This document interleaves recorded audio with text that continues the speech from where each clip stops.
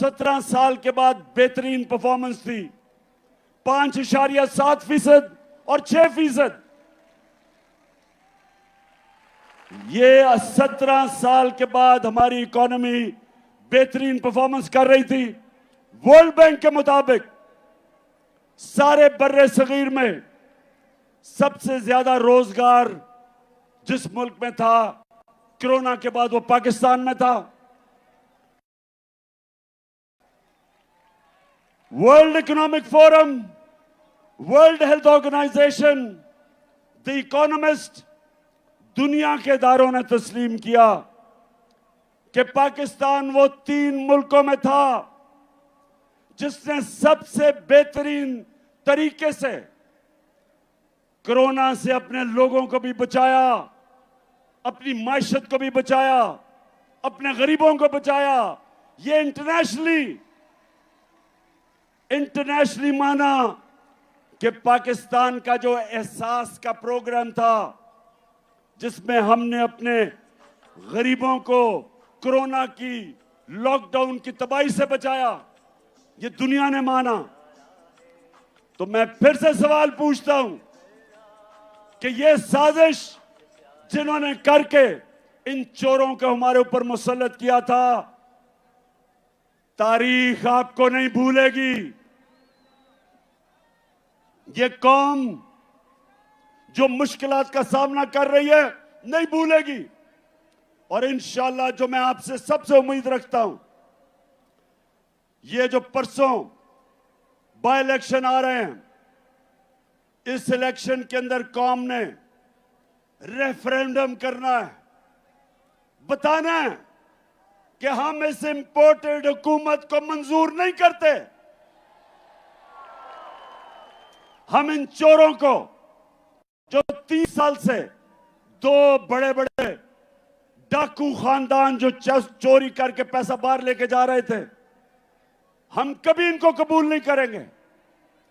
और मैं इसके साथ आज सबको बता दूं कि इंशाअल्लाह इस मुल्क की तारीख का सबसे बड़ा जो मैं मार्च करने लगा हूं, जिसकी मैं कॉल देने लगा हूं, इस मुल्क की सबसे बड़ी मुजाहरा होगा। इस मुल्क की तारीख, अवाम का समुद्र निकलेगा हमारे साथ और सबको बताएगा, सारों को पैगाम देगा इस मुल्क में कि कौम किधर खड़ी है आज, कि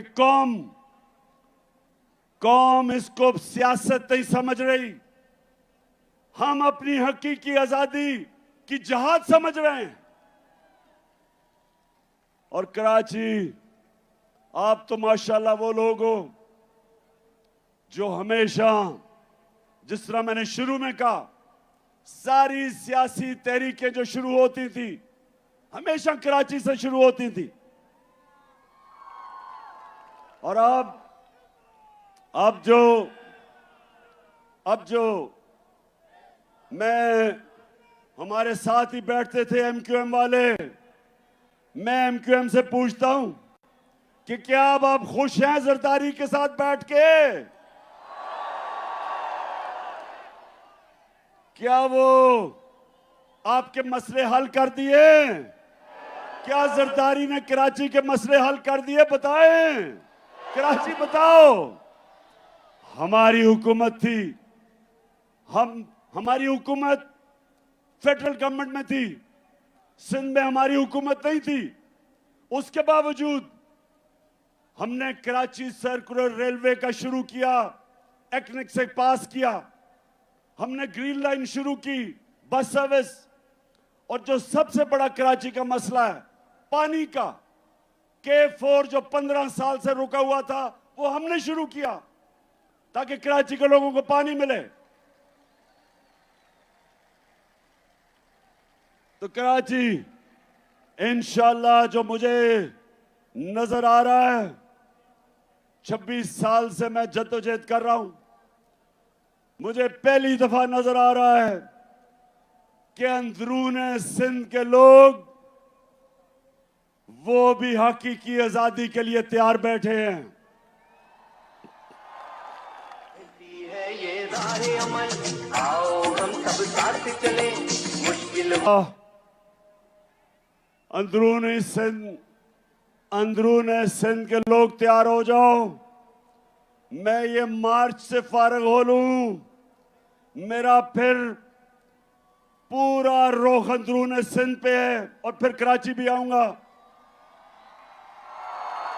और मेरा ये अज़म है कि ये जो जरदारी माफिया जिसने अंदरूनी सिंध के लोगों को गुलाम बनाया हुआ है, मेरे सिंधी भाइयों तैयार हो जाओ।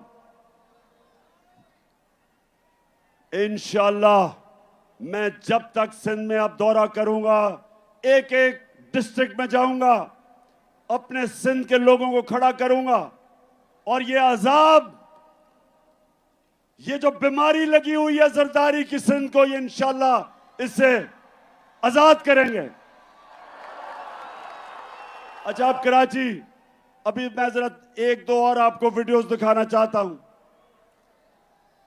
मैं जरा अब गौर से आपने वीडियो देखनी है।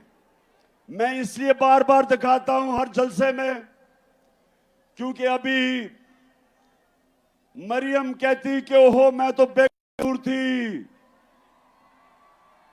और मैं बाइज्जत बरी हो गई हूं। उधर इसहाक डार कहता है मैं बाइज्जत बरी हो गया हूं।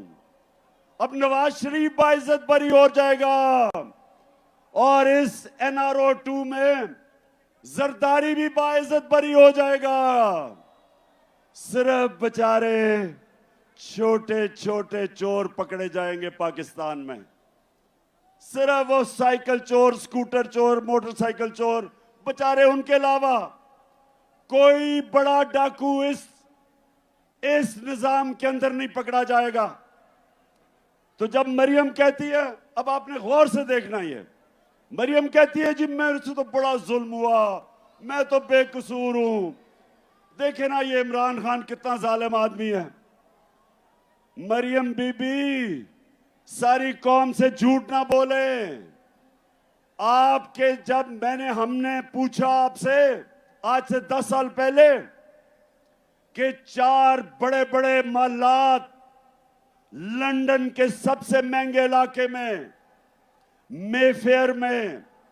मेफेयर जो है सबसे महंगा इलाका है लंदन का, उधर 4 बड़े बड़े महलात इन्होंने खरीदे हुए थे। तो जब मैंने इससे पूछा कि बताओ कि ये महलात किधर से आए, कौन से पैसे से आए, तो मरियम क्या कहती है ये जरा देखें। 10 साल पहले इस तरह मुझे लगा कि आप लोगों को बेवकूफ नहीं बना सकते। मेरी सेंट्रल लंदन में प्रॉपर्टीज तो दूर की बात है, मेरी पाकिस्तान में। ये कब था? ये था 2014 में। बेचारी मरियम को नहीं पता था कि अल्लाह अल हक है और वो सच सामने ले आता है। 2 साल के बाद एक इंटरनेशनल इंकशाफ हुआ, पैनामा पेपर्स। पैनामा में जो इन्होंने ऑफशोर कंपनीज लेके बड़े बड़े दुनिया के वजीरों ने, प्राइम मिनिस्टर ने छुपाए हुए थे अपने असासे, उसे नहीं पता था कि वो इंकशाफ हो जाएगा और वो एकदम इनका नाम आ जाएगा कि जी मरियम के नाम पे वो 4 बड़े बड़े महलात हैं। तो पहले कहती कि लंदन तो छोड़ो, पाकिस्तान में भी कोई प्रॉपर्टी नहीं है। अब जब इंकशाफ होता है तो मरियम का भाई हुसैन शरीफ क्या कहता है, सुने। मैं इस बात को तस्लीम करता हूँ कि अल्हम्दुलिल्लाह पाक लेन के ऊपर जो अपार्टमेंट्स हैं वो अल्हम्दुलिल्लाह हमारे हैं। मैं इस बात को तस्लीम करता हूँ कि उनको ऑफशोर कंपनीज नेस्कॉल लिमिटेड और नीलसन लिमिटेड जो है उनको ओन करती हैं। और मैं आपको ये भी अर्ज करता हूँ उनको होल्ड। सुन लिया साहब ने, कहती कोई प्रॉपर्टी नहीं है। भाई जब पकड़े गए तो उन्होंने कहा जनाब ये तो मेरी बहन मालिक है इन 4 बड़े बड़े फ्लैट्स की। तो जब ये पता चला कराची, फिर क्या हुआ? अब मरियम ने देखा कि अगर मरियम के पास तो पैसा ही नहीं था लेने के लिए, तो वो क्या कहती? अब वो अगर बाप का नाम लेती, अगर वो बाप का नाम लेती तो बाप के पास तो खुद उसने पैसा नहीं दिखाया, इसका मतलब चोरी का पैसा था। तो मरियम को बड़ा एक जबरदस्त आइडिया आया। उसने कहा हमारा दादा बहुत पैसे वाले था, अरबोपति था हमारा दादा। अब दादे से कौन पूछेगा, वो तो दूसरी दुनिया में जा चुका था। तो ये सुने जरा मरियम क्या कहती है। हसन हुसैन के पास आज जो भी है वो एक अरबपति दादा के पोते हैं। दादा ने बच्चों को पैसा दे दिया, दादा अरबपति था। अब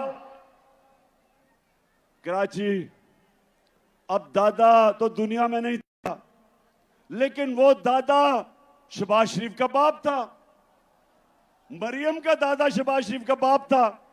अब शहबाज शरीफ अपने बाप के मुतल्ले क्या कह रहा है, ये सुने। मेरे खानदान को 22 खानदानों में शुमार नहीं होता था। मुझे इसके ऊपर बाइस फख्र है कि मेरे वालिद का ताल्लुक एक गरीब किसान के घराने से था, हिंदुस्तान से। वो तो कराची अल्लाह अल हक है, ये याद रखना। उसका वादा है कि सच सामने आएगा। और अब जो मैं आप सबको आज कराची आया खास तौर पे कि मैं आप सबकी कुरंगी और मलीर खास तौर पे जिधर इलेक्शंस हैं, मैं आप सबकी ड्यूटी लगाने आया हूं। देखें ये फैसला होने लगा आपके मुस्तकबिल का। एक तरफ ये चोर हैं जो यहां से चोरी करके पैसा बाहर मुल्क को लूटने आते हैं, एनआरओ लेते हैं और फिर बाहर चले जाते हैं। और दूसरी तरफ ये वक्त आ गया कि हम सब हक के लिए खड़े हों, अमर बिल मारूफ के लिए खड़े हों, जो शुरू में आयत पड़ी थी। हक के साथ खड़े हो और बुराई के खिलाफ खड़े हो। अल्लाह ने हमें किसी को इजाजत नहीं दी न्यूट्रल रहने की। उसने हमें सबको कहा कि अच्छाई के साथ खड़े हो, इन चोरों के साथ ना खड़े हो। ये इलेक्शन रेफरेंडम है और मैं अपनी सारी कौम को कह रहा हूं कि निकलना है। इसको आपने अपना इलेक्शन नहीं, एक जहाद समझनी है इन चोरों के खिलाफ। और मैं सबसे आपसे उम्मीद रखता हूं कि आपने अपनी पूरी कोशिश करनी है, क्योंकि ये इमरान खान अकेले ने ठेका नहीं लिया हुआ करप्शन के खिलाफ जंग लड़ने का। ये आपका भी है जिम्मेदारी। तू अड़ जा फिर से